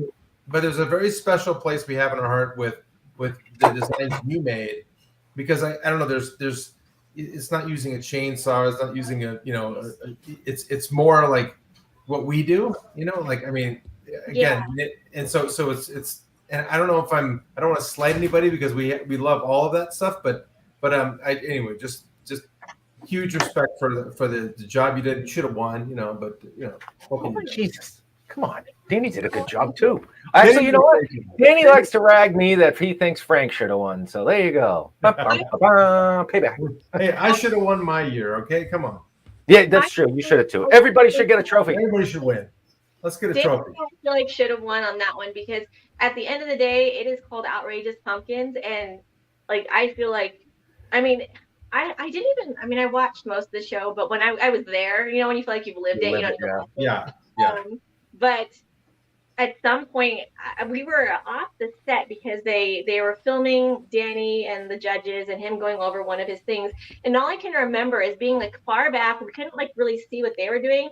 I just remember seeing like this burst of like this flame come up out of his station. It was intentional, but I'm like, oh my gosh, like you want to talk about outrageous pumpkins? He literally brought his whole arsenal of like gadgets and inventions and all these things because at the end of the day, I'm not like a very showy, like I don't do all the pyrotechnics and the the movement and all that stuff. Yeah, sure. I'm a purist as far as like the pumpkin carving goes. I'm like a single pumpkin. I want to work on it and I want it to look as good as it can. Don't get me wrong. I love doing bigger pieces too, but for the sake of that show, I feel like Danny was really like he was Mr. Outrageous Pumpkin. Yeah, he was pegged. Yeah, he was pegged for outrageous part of it. Yeah, absolutely. Yeah, he killed it. He did great. You both did a great job. I mean, it was nice to sit there and be like, oh, who's gonna win? Yeah. Dun, dun, dun. It was interesting. There was a lot of like just craziness. I will say that at the very end, I was so freaking proud of myself. And again, like that was a huge thing for me too, because you know how Matt, you were just saying like, I don't know how everyone else is like as far as like how they feel about their own art, but I'm just somebody who's had this journey of like I know that I'm like I guess I would say to myself like I know I'm good, but I was never like really proud of the stuff I would do and like never really acknowledging like how good I'd become. And not to say I don't have more to learn because I feel like we all are practicing and we're still always learning more. We're gonna look back at this moment in 5 years and be like, oh my gosh, I didn't know anything. But I remember just being on the show and they pulled out these huge like Atlantic giants. And I'd never carved one on my own before. We only had 6 hours to do it. And I'm like, oh, holy crap, I'm going to fall on my face and this is going to end in disaster. I don't know. But I'm like, oh, well, I'm here. Let's just do this. And so long story short, I ended up with that Bride of Frankenstein, Elsa, which is her real name, I found out. Really? Yeah, I know. It's weird, right? So I did some research on it so I could sound like I knew what I was talking about, like when the judges came over. But anyway, so I remember looking at that piece when I was done, and I'm like, I was so overwhelmingly proud of myself that I had accomplished that in that short amount of time. And I was like, I really like this piece. I mean, don't get me wrong, I had all the time in the world. The artist in me wants to see the imperfection in it. But at the end of the day, I was just like overwhelmingly, like I was like glowing all the way home thinking about, wow, look at what I did. And look, it almost like opened up this whole new door of possibilities for me and what I can do as an artist. So I was like, I don't know, that was priceless, absolutely priceless. Yeah, that's worth so it. That's certainly worth it to get that feeling. I usually have the opposite feeling. Shit, I could have done better. I could have done better. Oh my gosh. Could have been somebody. The third challenge on there, that freaking dinosaur, had such a wonderful idea. And the thing is with that, oh my gosh, the wind, and it was freezing. And I heard it was really cold. Yeah, absolutely. At some point, I internally am like, I don't even care how this looks anymore. I just want to get it up and like standing. And I was I couldn't feel my fingers. And I'm like, it was miserable. And I'm like, my goal was just to get something up. So that was my least favorite piece of the whole show. I hated it. And even to this day, like, I don't even want to look at the pictures, but it is what it is. So I have moments like that too, where I'm just like, oh my gosh, I can't stand some of that particular piece, but there's some I feel like that. And then the ones I feel like that about, you guys just don't see those pictures. Yeah. Well, that's the thing about a competition, right? Is most of the time you're not getting everybody's best work. You're getting the fastest work. Every now and again, you strike gold and you're like, well, I just pulled that off in both things. I did it fast and well. Like, that should be good. So I liked everything you did. That was my experience, Paul, on Halloween Wars. It was like I was doing more carpentry and everything else besides pumpkin carving. And then when I got a chance to do it, I'm like, tick, tick, tick, tick, tick, looking at the camera, looking at the clock, you know, just, and it wasn't any like this. I can just chat, have a sip of beer and carve. and then if I want to take 3 more hours on it, I can, and Right. make it pretty. But at the same time, it's like it's reality TV, I guess. So or go to sleep and wake up at 3 a.m., do a little carving, go back to sleep. then like wake up. Oh, I know what to do. Yeah, exactly. Hey, so is it true Halloween Wars doesn't have pumpkin carvers this year? Is that actually true? That's true. Good job, Food Network. Way to go. That's going to be really well received. I'm not okay. I'm just gonna throw this out there because I was reading about it. I was reading comment sections on I think it was something about the Travel Channel was promoting it, and then it was on I saw that. Yeah. the Food Network as well. Overwhelming like negative response, and the response was, "Oh my gosh, there's no pumpkin carvers." Like it was unanimous. Like there was not one positive comment. Unanimously, everyone saying like, "How could you do Halloween Wars without pumpkin carvers?" And you ruined our family tradition for the year, and I'm not watching it this season. And I'm like, wow, public backlash. But it was on another. It was nice to know that we as pumpkin carvers are loved. So, Right. So that's a good way to look at it. I mean, I think everybody's so nice, but I do think you need one of me that basically says, "Kiss my ass." Like that show is called Halloween Wars, and the only thing about it that's Halloween, other than the special guests they bring in every week, are the frigging pumpkins. yes, exactly. Otherwise, it's Cake Wars with a different set. And that's what everybody was saying too. And I'm like, and so I think hopefully they've kind of like learned from this.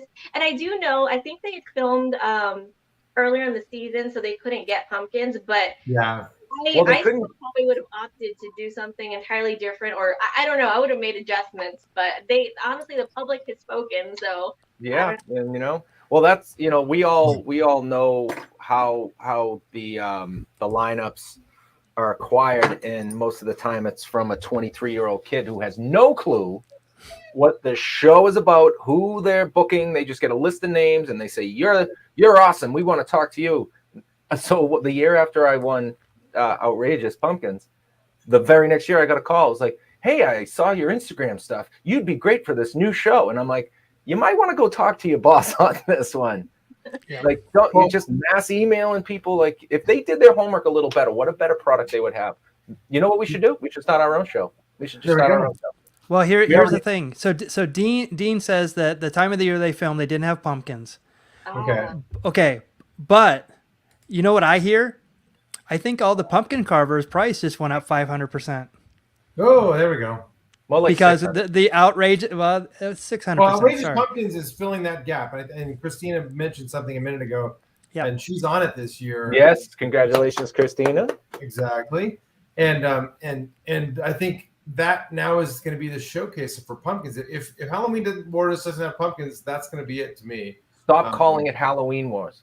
Yes, start calling it pumpkin, or call it Halloween Cake Battle. They already have that. Wait, Cupcake Wars. Wait, they already have that. Yeah. Banana Bread Battle. There we go. Like, come on, guys. Banana Bread Battle. I remember like back in the day when Ray was on, and it was I think it was pretty much, it was like almost the same setup as Outrageous Pumpkins, but it was held indoors. Yeah. And I don't remember if it was called that. I think it was called Pumpkin Wars, if I'm not mistaken. It was it was a long time ago. Yeah. And I remember the first time I'd seen Ray, and it was really amazing. But the only difference is and this is what I loved. I was like, so the first round was just a 2D pumpkin. That was it. Second round, 3D pumpkin, like your best work. No stipulations, no theme, just whatever you want to do. Third round was, okay, show us your masterpiece work. So you had to do something a little bit above and beyond. That's when he did the Medusa with the snakes moving. Yeah. So I was fascinated. And to me, that was such a wonderful, because you don't need to add anything to this style of pumpkin carving, especially when there's a competition going on, because there are things that will go wrong. There are things you'll need to troubleshoot. Yeah. And there's just like nothing ever really works out unless it's like a wonderful, glorious day where like the stars have aligned and But so when I watched this, I loved the formatting of that show because it was just pumpkin carver to pumpkin carver to pumpkin carver. Nothing, you didn't have to add lights or pyrotechnics or crazy things. It was straight about the artistry, and that was it. And I'm like, oh, that was wonderful. And then they had the food element because that's what pumpkin is, and so they didn't need to do anything else. No frills, no craziness. And I loved it. I wish they would go back to that. That's the difference between your season and my season. My season is billed as a special, whereas yours is a series, right? So yours is a season, mine was a special, because that's exactly how ours was set up. And Ray was even talking about that. This is the way we used to do it. Yeah. So yeah, but it's hard to find my season. It's so great. Whatever. My check cashed, and here I am with everybody. Exactly. I made it. That's all that matters. You're here with us today, Paul. Come on. I still got to go to work tomorrow. You're where you're supposed to be. How about that? Apparently, in a basement. Yeah. And my check for second place didn't cash, by the way. I checked. Oh, is it still in the mail? Yeah, Yes. that old chestnut. It's on the way. Well, It's all Brandy, fun. we told you this is the fastest 90 minutes on the internet. Well, it's actually been Wow. 100 minutes. Wow. That's how fast it's gone. Sorry. Yes. Oh no. We've had it out. Go forever. We've Let's had go an another outrageous. 100. Let's go another We've had an quick 100. outrageous Let's go. time. How about that? Oh, Mickey with the pun. I like Thank it. you. Thank you. All right, guys. So everyone in the chat, I want to reiterate that this is the last call. Please type in hashtag Carvers Creators in the chat if you would like to win Brandy's new book when it comes out. We will send it to you. So do that in the comments now. We're going to give you just a few minutes here, but we're actually going to do the drawing to see who wins. So do that now. If they haven't done it by this point, Mickey, come on. You're being too There's nice. people out there that have not entered. As of right now, we only have 3 entries. So Shit. get on Nobody it. even did it. Nobody did it yet. Get Everybody on it. procrastinated. Tell them what they have to do again. So in the chat, I want you what you see on the screen, hashtag or pound sign, as most of us That's probably older folks know it as, Carvers Creators. Put that in the chat. All one word, like you see it, not this way. This is not the way to do it. Carvers and Creators. It's Dean. Carvers Creators. That will put you in the running. So like you see it right there, please put that in there, and then you're going to win the book when we do our drawing in a few minutes. But I actually wanted to go around and see what Paul and Matt are working on. And actually, I saw you working on something, Brandy. Yes, Did you want to show anything or no? That will be shown at a later date. Perfect. This fall. Ooh. Well done. Okay. So Matt, I'm going to solo you, and I'm going to hand solo you, and Han Solo. That was a kid All right. show. So this is Hubbard squash, and then this is the guy that like came to me. He's got a lot of work still to go, and I might even move his mouth and do all different things here.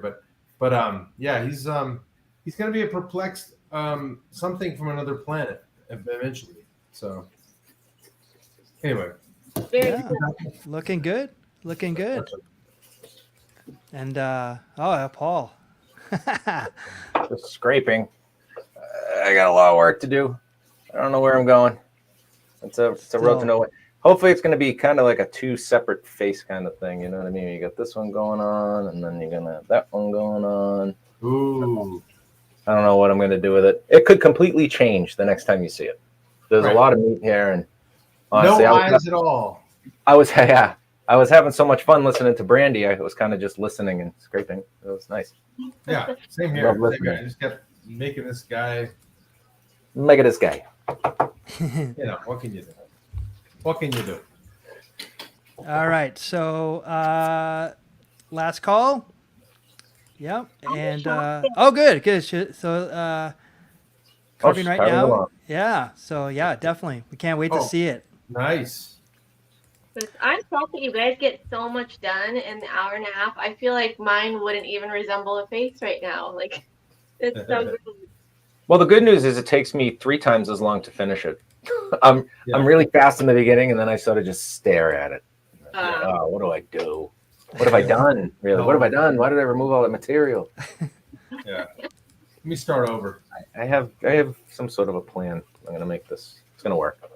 You know, and the best part, Brandy, is we don't spend any time looking at kind of references. It's just like we have to talk. But so I think that helps kind of our creative process to get better at just carving what's in our mind. But at the same time, it is a challenge for sure. So it's that dreaded wheel. That is Yeah. so crazy.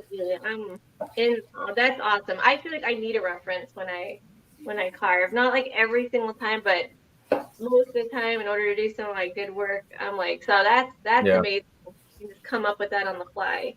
I'm starting to agree with you. I feel like I'm doing a much better job lately if I do have some sort of reference, whether it's a mirror here. I or always like some sort of a picture of an expression that you can kind of reference to see where the muscle should be, or right, just the little things, how the light's hitting something, or right. fold. Right on. All right. So let's give away it's not out yet, but it'll be out October 1st, you said, Brandy? Yeah, that's in theory if everything goes according to plan. All right.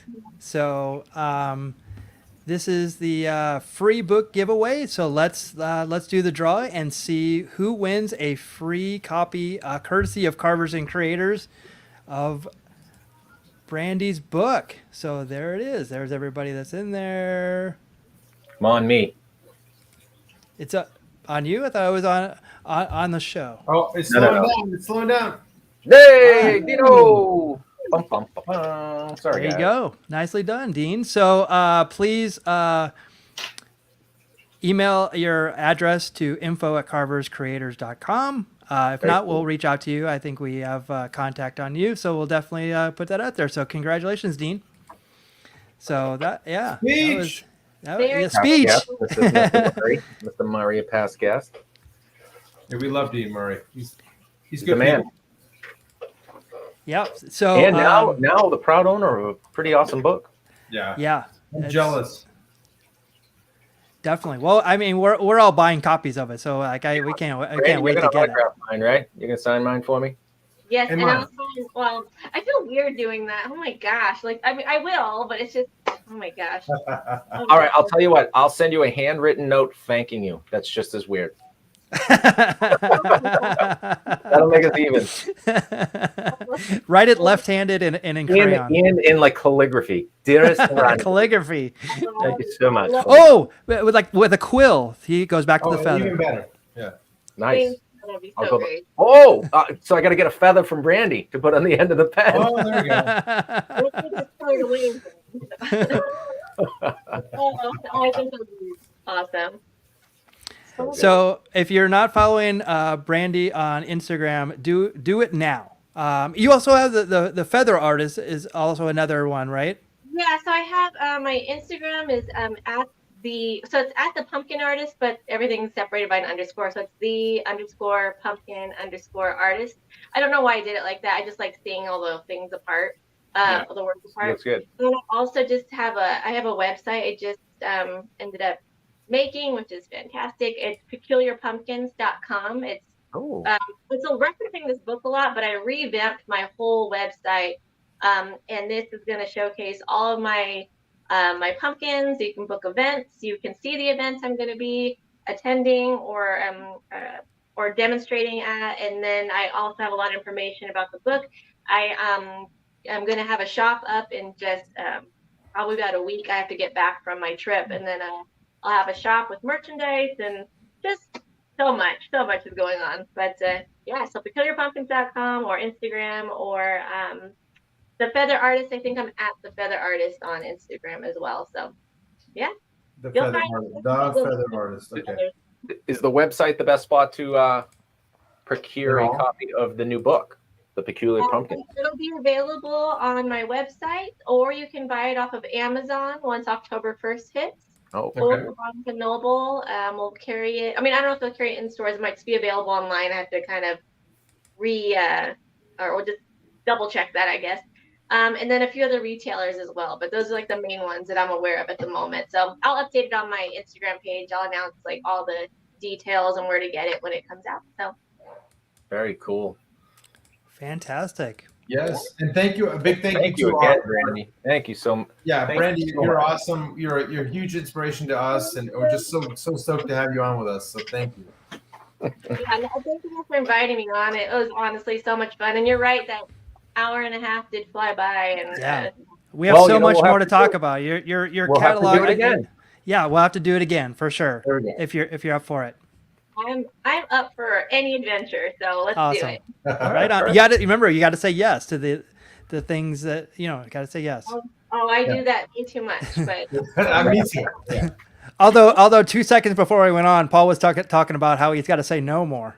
Yeah, but I don't seem to. I get like if I don't say yes, I'm like, Jesus, I should have said yes. That I could have been know. the moment. Exactly. Hey, before we go, Yeah. This is 2 weeks in a row that we've tried to do this and we didn't. I'm showing my shirt. Yes. Look at that. Yeah, we were supposed to compare shirts today. We always wear the coolest shirts and nobody gets to see them.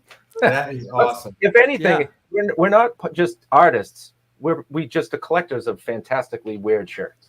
Yes, right. Fanboys. And then you also have an awesome shirt, Matt. Look at Matt's always got the best. Matt always wins. let's see. Like, so random and awesome. Just a great art. That's just great art. That's a cool pumpkin face right there. That needs to It go on is. I need to find one that's this shape, and I can just carve this into it. Matt, Yeah, if you put an antenna on it, you could incorporate it this week. I'm just saying, if you feel like starting over and working until 4 a.m. That's all we got to do. There's a guy named Alex Pardee who, if you ever look him up, Pardee, and he does all these insane shirts, and I'm like such a fan. I always buy them and can't help myself. So pretty awesome. Well, Mickey, where's yours? Because this is always has a good shirt. Cats baseball. It was like an independent baseball team, and there's a great it's a great company out of Seattle called Ebbets Field Flannels, and they always kind of reproduce all these like just obscure baseball teams. So I love old baseball and stuff like that. So yeah, Mickey likes baseball now apparently. Yeah. I'm a little bit all in on baseball and craft beer. So Yeah. Hey, McFrazzle Stash. Yes, it's an antenna. Yeah, he's making fun of my accent. Unbelievable. Can you believe it? In this day and age, making fun of my accent? That's messed up.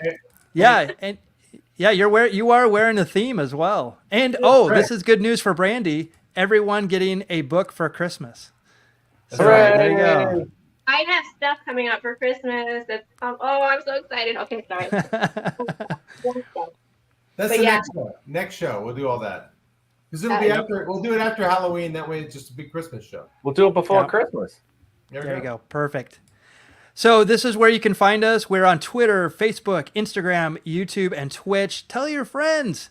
Get them involved. Let's do this. Every Thursday we do this. So join us next Thursday for another Carvers and Creators. When do you guys go to Chicago? It's not next week, but the week after, correct? I kick it off, I guess, right, Maddie? I go first. So mine's the week of the 15th, whatever week that is. A couple weeks. So 3 weeks? Yeah, so it's a couple weeks coming up. I think we high-five in the airport, and then I'm the following week right before. Literally high five in the airport. That's how it's going to work out, too. Probably. Yeah, and then the week after that, I fly out to New Mexico, to Rio Rancho for an event. So it's going to be, I might as well just stay in the middle. I might as well just stay in Chicago, and it'll be a shorter flight. Come to our house. We're just a skip away. Might as well. Love it. I'll meet you in Sedona. Nice. Well, thank you, Brandy, for coming on tonight. We really enjoyed having you and all the discussion. For Matt Harper, Paul Dever, we'll see you next Thursday for another Carvers and Creators.